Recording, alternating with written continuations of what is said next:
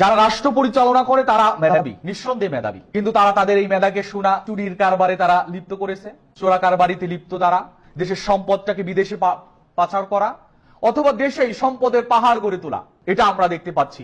কয়েকদিন আগে একজন এমপি ভারতে গিয়ে হত্যা হয়েছে, হত্যার পেছনের মূল কারণ ছিল তিনি হলো সোনা চুরি কারবারির সাথে লিপ্ত, চোরা কারবারির সাথে সম্পর্কযুক্ত। কাজে নিঃসন্দেহে সে মেধাবী। এরকম অসংখ্য মেধাবীরা আছে আমাদের দেশে, যারা তাদের মেধাটাকে, শিক্ষার যোগ্যতাকে অন্য জায়গায় তারা বিনিয়োগ শুরু করেছে। কাজেই আমাদের এই জায়গা থেকে শিক্ষা গ্রহণ করতেই হবে। শিক্ষার মূল উদ্দেশ্য হলো নৈতিকতা প্রতিষ্ঠিত করা। আজকে আমাদের শিক্ষা ব্যবস্থায় নৈতিকতার অংশ রাখা হয়নি। আগামী একটা প্রজন্ম আমাদের সামনে আসবে, যে প্রজন্ম নৈতিকতা, ধর্মবিশ্বাস, আদর্শ, পারিবারিক সম্পর্ক, ইভেন যদি বলি পরিবারের যারা মেম্বার্স থাকে, বিশেষ করে ফ্যামিলির বাবা মা, তাদেরকে কিভাবে রেসপেক্ট করতে হয়, সেই রেসপেক্ট করার জায়গাগুলোও এক সময় তারা ভুলে যাবে। কারণ শিক্ষা আমাদেরকে সেইভাবে গড়ে তুলে নাই, আমরা সেইভাবে গড়ে উঠছি না। কাজেই প্রিয় মেধাবীদেরকে বলতে চাই, আমাদের ধর্মীয় মূল্যবোধ, আমাদের নৈতিকতা প্রতিষ্ঠা এবং আমরা নৈতিকভাবে যেন শক্তিশালী ব্যক্তিতে পরিণত হতে পারি, এই জন্য শিক্ষার এই ত্রুটির বিরুদ্ধে আমাদের অবস্থান নিশ্চিত করতে হবে। আমাদের শিক্ষা ব্যবস্থা এমন একটি শিক্ষা ব্যবস্থা আমাদের সামনে, আমাদের নিজস্ব জাতিসত্তার ইতিহাস সমৃদ্ধ, আমাদের বাঙালি, মুসলিম, আমরা আমাদের এই ভূখণ্ডের ইতিহাস, মুসলিম হিসেবে আমাদের উম্মার ইতিহাস, সমৃদ্ধ ইতিহাস আছে আমাদের কাছে। কিন্তু বাস্তবিক হলো আমাদের সামনে একটি ইতিহাস আনা হয়েছে যার নাম হলো অখণ্ড ভারতের ইতিহাস। কাজেই আমাদের অখণ্ড ভারতের ইতিহাসের চাইতে সমৃদ্ধ ইতিহাস আছে, আমাদেরকে সেই ইতিহাসের দিকে ফিরে আসতে হবে। আজকে আমাদের তরুণ প্রজন্মকে ধ্বংস করার ষড়যন্ত্র করা হচ্ছে, এটা শিক্ষাকে, শিক্ষার মূল স্পিরিটটাকে নষ্ট করে এই কাজটি করা হচ্ছে। কাজেই আজকের যারা জিপিএ 5 প্রাপ্ত, নিঃসন্দেহে তারা মেধাবী। মেধাবীরা যদি কথা বলা শুরু করে, ভয়েস রেস শুরু করে, মেধাবীদের আন্দোলনে এই শিক্ষা ব্যবস্থার ত্রুটি পরিবর্তন করে নতুন কারিকুলাম, নতুন শিক্ষা ব্যবস্থা আমাদের সামনে আসবে, এটা আমরা বিশ্বাস করি। সবচাইতে বড় চ্যালেঞ্জ হলো নৈতিক চরিত্রের চ্যালেঞ্জ। আজকে আমাদের কাছে, আমাদের হাতে হাতে নৈতিকতা ধ্বংসের যন্ত্র সামগ্রী চলে এসেছে। আমরা নৈতিকতার এই জায়গায় নিজেদেরকে ধ্বংস করে ফেলেছি। আমাদের কৈশোররা, যুবকরা মাদকের সাথে সম্পর্ক, হারাম রিলেশনকে মেনটেন করে ইত্যাদি, এই জায়গায় আমরা আমাদের নৈতিকতাকে শেষ করে ফেলেছি। খুব অল্প সময়ের ভিতরেই আমরা বুঝতে পারবো যে আমরা আসলে কি শেষ করে আমরা এখন কোথায় এসেছি। এজন্য প্রিয় ভাইদেরকে বলবো, যারা মেধাবী, নিঃসন্দেহে আমাদেরকে এই জায়গায় সচেতন হতে হবে এবং এই জায়গায় যদি সচেতন না হতে পারি, শর্ট টাইমের ভিতরে আমরা এর ফলটা আমরা ভোগ করব।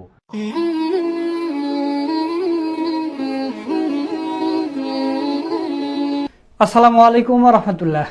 বাংলাদেশ ইসলামী ছাত্র শিবির কুমিল্লা মহানগর শাখা কর্তৃক আয়োজিত এসএসসি দাখিল ও সমমান পরীক্ষায় যারা জিপিএ 5 পেয়ে উত্তীর্ণ হয়েছে তাদেরকে সম্বর্ধনা দেওয়া হয়েছে। তো ওই অনুষ্ঠানে প্রধান অতিথি হিসেবে উপস্থিত ছিলেন বাংলাদেশ ইসলামী ছাত্র শিবিরের কেন্দ্রীয় সভাপতি মঞ্জুরুল ইসলাম ভাই। তো দর্শক, ওই অনুষ্ঠানে মঞ্জুরুল ইসলাম ভাই অসাধারণ একটা বক্তব্য দিয়েছে।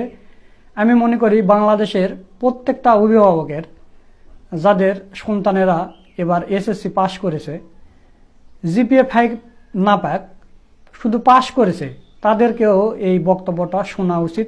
আপনারা জানেন যে বাংলাদেশে আরও অনেক ছাত্র সংগঠন আছে, তারা এইভাবে সম্বর্ধনা দেয় না, বা কিভাবে একটা শিক্ষার্থী সামনেতে এগোবে, ভালোভাবে রেজাল্ট করবে, কিভাবে ভর্তি করাতে হবে, সেটা কিন্তু তারা চায় না। কিছু কিছু সংগঠন আছে, তারা তো ওই এসএসসি ইন্টারমিডিয়েট পাস করলে তাদেরকে চাঁদাবাজি, টেন্ডারবাজি এগুলো শিখায়, টাকা ইনকাম করা শিখায়, মানুষের মতো মানুষ হওয়া শিখায় না। আর ইসলামী ছাত্র শিবির কি করে, গরিব, মেধাবী এবং যদি সে ধনীও হয়, তারা যদি চায় যে আমরা ভালো প্রতিষ্ঠানে ভর্তি হব, এই শিবিরের পক্ষ থেকে তাদেরকে ভালো প্রতিষ্ঠানে ভর্তি করে দেওয়া হয়।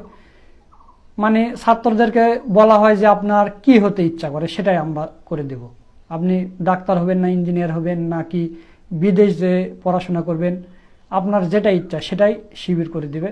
যতটুকু সাহায্য সহযোগিতা লাগে সব করবে, আপনার 1 টাকাও দিতে হবে না। তো এটাই হচ্ছে ইসলামী ছাত্র শিবির।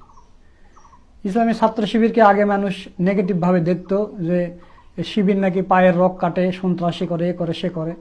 তো এই গত 10-15 বছর থেকে মানুষ দেখতেছে যে আসলে শিবির কি করে। শিবির মানুষের মতো মানুষ তৈরি করে। শিবির কখনোই ওই চাঁদাবাজি, টেন্ডারবাজি, সন্ত্রাসী কর্মকাণ্ড করে না। শিবির মানুষের মতো মানুষ তৈরি করে। তো দর্শক, ওই অনুষ্ঠানে মঞ্জুরুল ইসলাম ভাই যে বক্তব্যটা দিয়েছে, চলুন আমরা সেই বক্তব্যটা এখন শুনে আসি। মেধাবী তরুণ সাহসী তোমরা জাগাও মনের ইচ্ছা, ছাত্র শিবির হাত বাড়িয়ে জানাই শুভেচ্ছা। আলহামদুলিল্লাহ, ওয়াসসালাতু ওয়াসসালামু আলা রাসূলিল্লাহ ওয়া আলা আলিহি ওয়া সাহবিহি আজমাইন। মেধাবীদের প্রিয় সংগঠন আমাদের প্রাণের কাফেলা বাংলাদেশ ইসলামী ছাত্র শিবির কুমিল্লা মহানগর শাখার উদ্যোগে আয়োজিত আজকের এই এ প্লাস সংবর্ধনা অনুষ্ঠানের সম্মানিত দায়িত্বশিল্পী ও ডেলিগেট ভাইরা, সবাই কেমন আছেন? যারা জিপিএ 5 পায়, যারা সফলতার সাথে উত্তীর্ণ হয়, ইসলামী ছাত্র শিবির তাদেরকে মূল্যায়ন করে। ইসলামী ছাত্র শিবির সারা দেশের ছাত্র সংগঠন, বিভিন্ন শাখা থানা, বিভিন্ন পর্যায় থেকে মেধাবীদেরকে সংবর্ধনা দেওয়া হচ্ছে। ইসলামী ছাত্র শিবির মেধাবীদেরকে মূল্যায়ন করেন। আজকে যারা জিপিএ 5 পেয়ে এখানে আসছে, তারা নিঃসন্দেহে আমি মনে করি যে তারা তাদের জীবনের প্রথম ধাপে তারা যাত্রা শুরু করেছে। আমি দুইটা প্রশ্ন করতে চাই। একটা প্রশ্ন হলো যে আমাদের এই জিপিএ 5 পাওয়া অথবা উত্তীর্ণ হওয়া, পাশ করা, এটাতে সবচাইতে বেশি খুশি হন হলো আমাদের ফ্যামিলির যারা আছেন তারা, বিশেষ করে মা বাবা এবং কাছের যারা রিলেটিভ যারা থাকে। আমার প্রশ্ন হলো, তারা তো আমাদের জন্য পরীক্ষার আগে অনেক পরিশ্রম করেছেন, দোয়া করেছেন। আমরা কি তাদের জন্য দোয়া করেছি? আপনারা কি করেছেন? কে কে করেছেন দেখি? যে আমার বাবার জন্য আমি দোয়া করেছি, মায়ের জন্য দোয়া করেছি। কে কে? সংখ্যাটা খুবই কম। আচ্ছা, ওকে।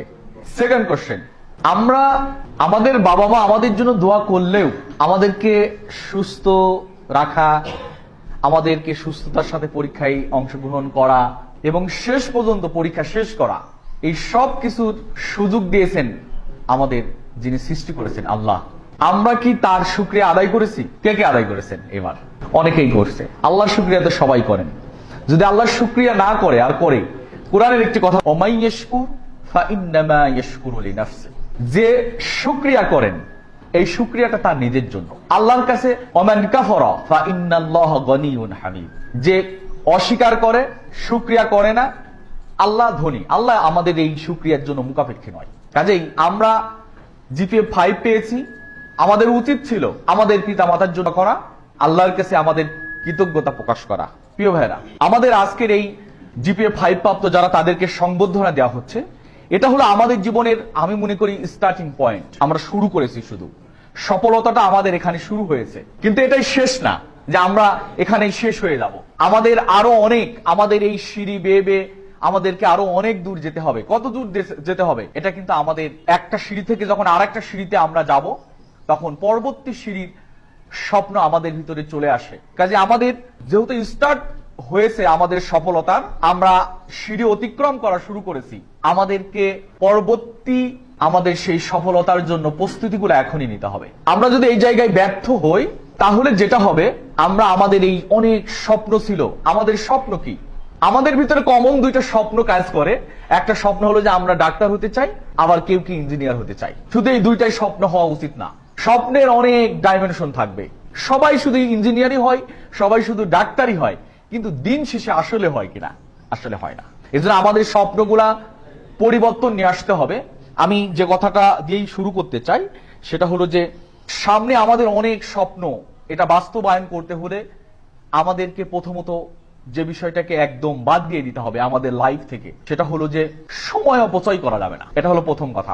আমাদের জীবনের সবচাইতে মূল্যবান যেটা, আমাদের জীবনের সাথে সম্পর্ক এটা। আমরা যদি আমাদের জীবনের মূল্যবান সময়কে নষ্ট করি, এই সময়টা নষ্ট কিভাবে হয়?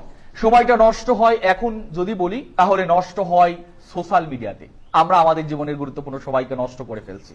কাজেই সময়কে মূল্যায়ন করতে হবে। আমরা যদি সময়কে মূল্যায়ন না করি, এটা কখনো বলা উচিত নয় আমার হাতে সময় ছিল না, আমি এই কাজটি করতে পারি না, এই কাজটি করব, এটা বলাই উচিত না। বরং আমার যে কাজটি যখনকার ছিল, ঠিক তখনই আমি সেই কাজটি করতে চাই।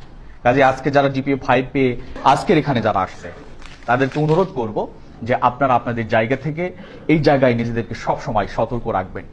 জীবনের সময়কে মূল্যায়ন করতেই হবে। যদি আমরা সময়কে মূল্যায়ন না করি, তাহলে এই তো কিছুক্ষণ পরে গিয়েই যারা জিপিএ 5 পায়নি, একটুর জন্য খুবই অল্প মার্কস ছিল, তারা কিন্তু এখন ঠিকই এই কথা বলা শুরু করেছে যে আরেকটু যদি ভালো পড়তাম, তাহলে আরেকটু যদি ভালো চেষ্টা করতাম, তাহলে আমরা আজকে জিপিএ 5 পেতাম। কাজে আমাদের এটা যেন বলতে না হয়, তার প্রস্তুতিগুলো আমাদের এখন থেকেই থাকতে হবে। প্রিয় ভাইরা, আমি দ্বিতীয় যে বিষয়টি বলতে চাই, আমাদেরকে সবচাইতে বেশি সচেতন হতে হবে এবং মূল্যায়ন করতে হবে আমাদের এই যে আল্লাহ আমাদেরকে সুস্থ রেখেছেন, এই সুস্থতার মূল্যায়ন করতে হবে। আর সুস্থতার মূল্যায়নটা হলো আমরা আমাদের জীবনটাকে পরিকল্পিত এবং স্বাভাবিক জীবন যাপনে অভ্যস্ত হতে হবে। দীর্ঘ রাত জেগে অনেক কিছু করা গেলেও স্বাভাবিক জীবন যাপন করা যায় না। কাজেই আজকে যারা জিপিএ 5 পেয়েছে, নিঃসন্দেহে পরীক্ষার সময় মাঝে মাঝে রাত জাগতেই হয়, কিন্তু এর মানে কিন্তু এরকম নয় যে আমার প্রতিদিন প্রতিটা রাতই আমার জন্য অস্বাস্থ্যকর রাত যাবে। এটা যেন কোনো সময় না হয়, এই ব্যাপারটা আমাদেরকে খুব খেয়াল রাখতে হবে। এবং আমরা এখনই মূল্যায়ন করতে চাই, আমাদের এখন সুযোগ, এখন সময়।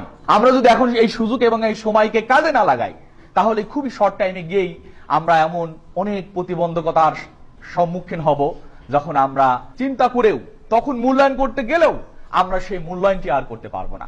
এজন্য আজকে যারা জিপিএ 5 পাওয়া স্টুডেন্ট এখানে এসেছে, তাদের প্রতি অনুরোধ থাকবে যে অন্তত আমরা আমাদের এই সম্পদটাকে, আমাদের জীবনের সবচাইতে সেরা সম্পদ সুস্থতা, এই সুস্থতাকে আমরা একটু মূল্যায়ন করতে চাই। প্রিয় ভাইরা, আমি এরপরে যে বিষয়টি বলতে চাই, আমাদের সবচাইতে এই মুহূর্তে এসে আমাদের জন্য বড় চ্যালেঞ্জিং, সেটা হলো আমাদের শিক্ষার অভাব।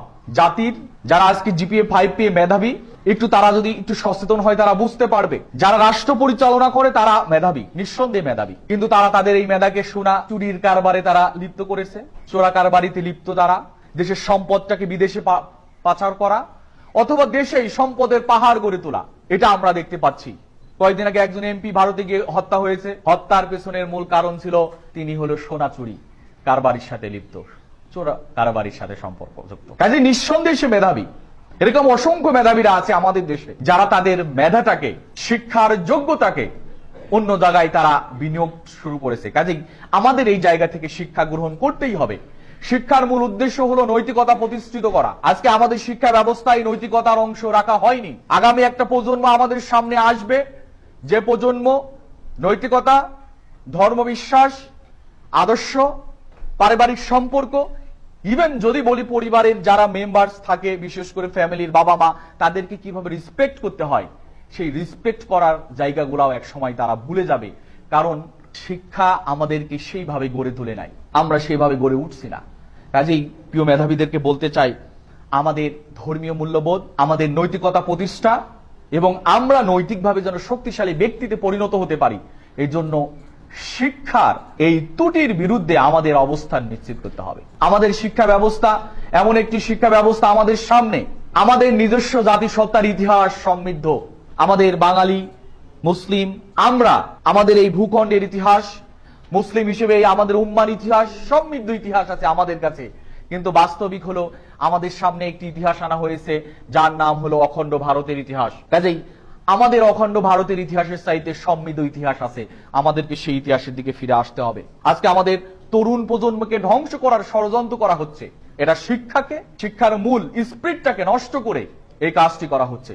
কাজেই আজকের যারা জিপিএ 5 প্রাপ্ত, নিঃসন্দেহে তারা মেধাবী। মেধাবীরা যদি কথা বলা শুরু করে, ভয়েস রেস শুরু করে, মেধাবীদের আন্দোলনে এই শিক্ষা ব্যবস্থার ত্রুটি পরিবর্তন করে নতুন কারিকুলাম, নতুন শিক্ষা ব্যবস্থা আমাদের সামনে আসবে, এটা আমরা বিশ্বাস করি।